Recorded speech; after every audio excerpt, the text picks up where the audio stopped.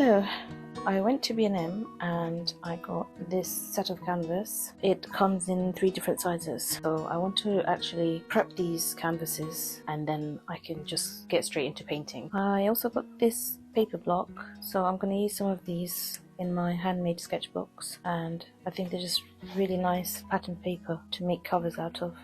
I also got this colouring book. This is just to sit down and just relax and do some colouring. I've already started on a few and the rest I will do when I feel like doing a bit of colouring in. And for my vacation I bought this twin sketchbook. So on one side it can be used with aqua markers. I'll probably use it for my watercolours. And then on the reverse is for alcohol markers. So this paper is different.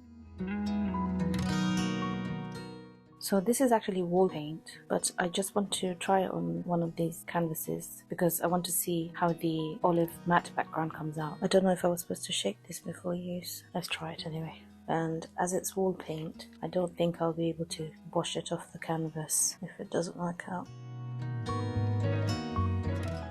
This is really handy actually. I think it will be good for doing light washes and creating texture for the background. Okay, so I've covered the entire canvas, including the sides. So I'm just going to leave this to dry now. I don't know if this actually exists in the art world for artists, but this is why I like experimenting with these things, because you never know what you might discover.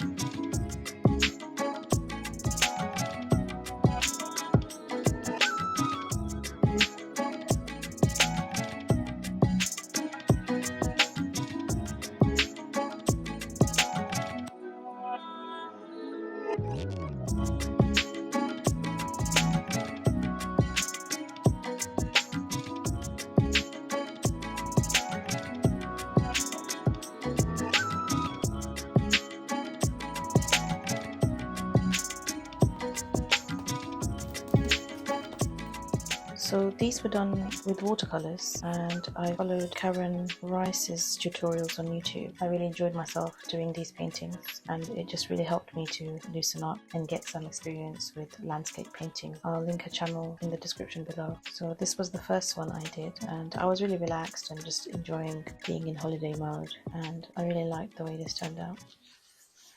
This one wasn't so good because I think I just lost patience. I think I was trying too hard with this one. So it's not too bad because the main thing was to focus on getting in the practice. And I think this painting really shows just how bad I am with landscape painting, because it was supposed to be a cliffside and the sea with some land and buildings in the distant horizon. Again, I just tried too hard and overworked the whole thing. This one was a bit more relaxed. I wasn't feeling as challenged. To me, I can tell what kind of mood I was in when I look back at my paintings. And I think this was the final one I did on the last day just before we left. I was a little bit rushed for time, but I'm happy I still made the effort and got in the practice. And this one I did on an afternoon I spent with my sister.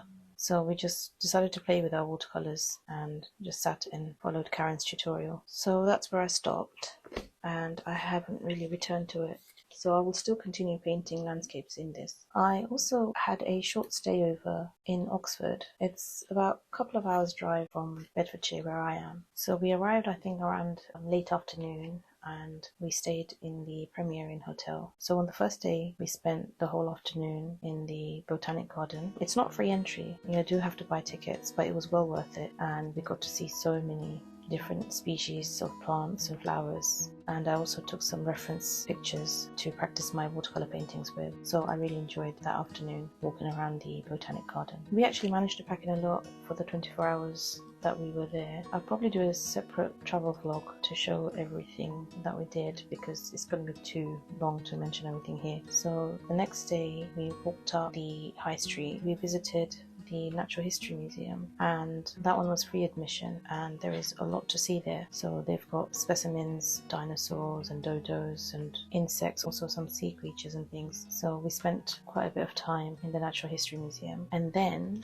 we walked over to the Ashmolean Museum. There are different galleries spread across, I think, 2-3 floors. So we got to see Egyptian mummies on display and Roman sculptures and everything like that. So it was really interesting. And again, this video would be too long to show everything that we got to see. But if you are planning to go to Oxford, I would definitely recommend going to these museums. And definitely check out the Botanical Garden. It has a very quiet and peaceful atmosphere, so I really enjoyed that. So I brought back some souvenirs, including these greeting cards from the Natural History Museum. So these really caught my attention. I'm going to use these as wall displays because I really like the look and feel of these landscapes, and I know I won't get bored of looking at these every day. All that's left to do now is to complete this canvas. It's completely crisp dry now, so I'll get started on this today and then I can wrap up this vlog.